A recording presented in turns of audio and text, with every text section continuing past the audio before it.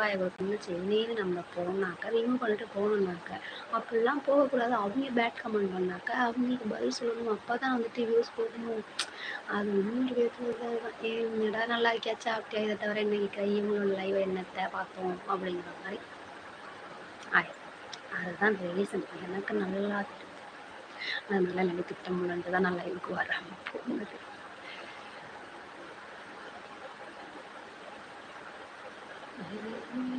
யாரு first like பண்ணியிருக்காங்க யாருக்கு?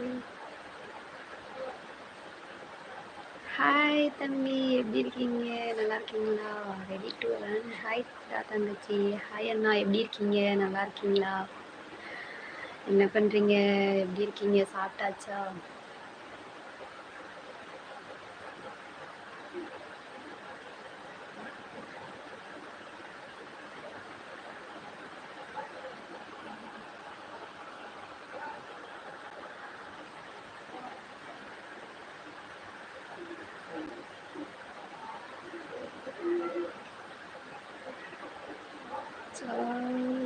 நீ சொன்னதை கேட்டேன் போறேன்டா. ஏன் என்னாச்சு? சாப்பிட்டீங்களா? சாப்பிட்டாச்சு.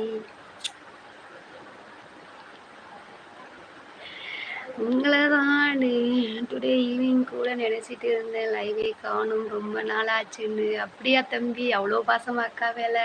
நானும் தானே யோசனை பண்ணேன். எனக்கு வந்துட்டு இப்போ வயலில் வேலை அதிகமாகிடுச்சு. அதோட வந்துட்டு லைவ் போட்டாக்கா ஆடியன்ஸ் வர மாட்டாங்க. எனக்கு அதோட டைமும் இல்லைப்பா. அதனால தான் லைவ் போட முடியல. எல்லாருமே வந்துட்டு கமெண்டில் கேட்டாங்க, ஏன் லைவுக்கு வரதில்லை. சரி அதையாச்சும் சொல்லுவோம் அப்படின்னு சொல்லிட்டு தான் நான் இன்னைக்கு லைவுக்கே வந்தேன். வீடியோ போட்டிங்களா? வீடியோவா? ஏதோ எனக்கு இப்போ வீடியோவும் டைம் இல்லைண்ணா. ஒரே ஆளாக அவங்களும் வந்துட்டு வெளியூர் வேலைக்கு போயிட்டாங்க. அதனால ஒரே ஆள் தான் பார்க்கணும் வயலை வந்துட்டு. அதனால இப்போ சும்மா அப்படி டைம் கிடைக்கிறப்ப ஒன்று எடுத்து போகிறது. நல்லது, பரவாயில்ல.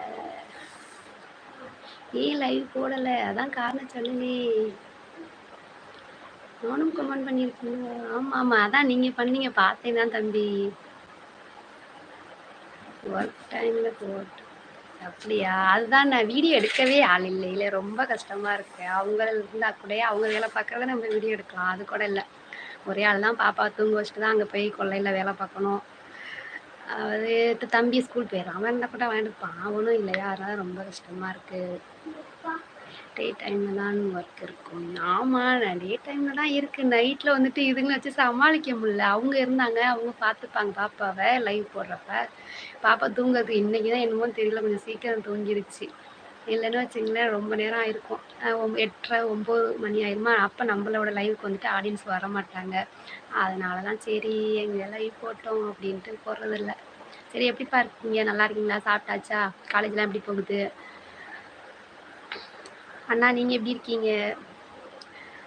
ஓ சரி ஓகேடா தங்கச்சி. கிளம்பியாச்சா? வேலை இருக்கா? ஒர்க்கெல்லாம் முடிஞ்சிருச்சாண்ணா?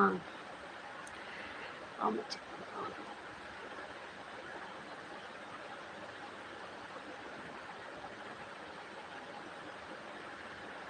முருகன் கோயிலுக்குலாம் போயிருக்கீங்க போல இருக்கு. போயிட்டு வந்தாச்சா?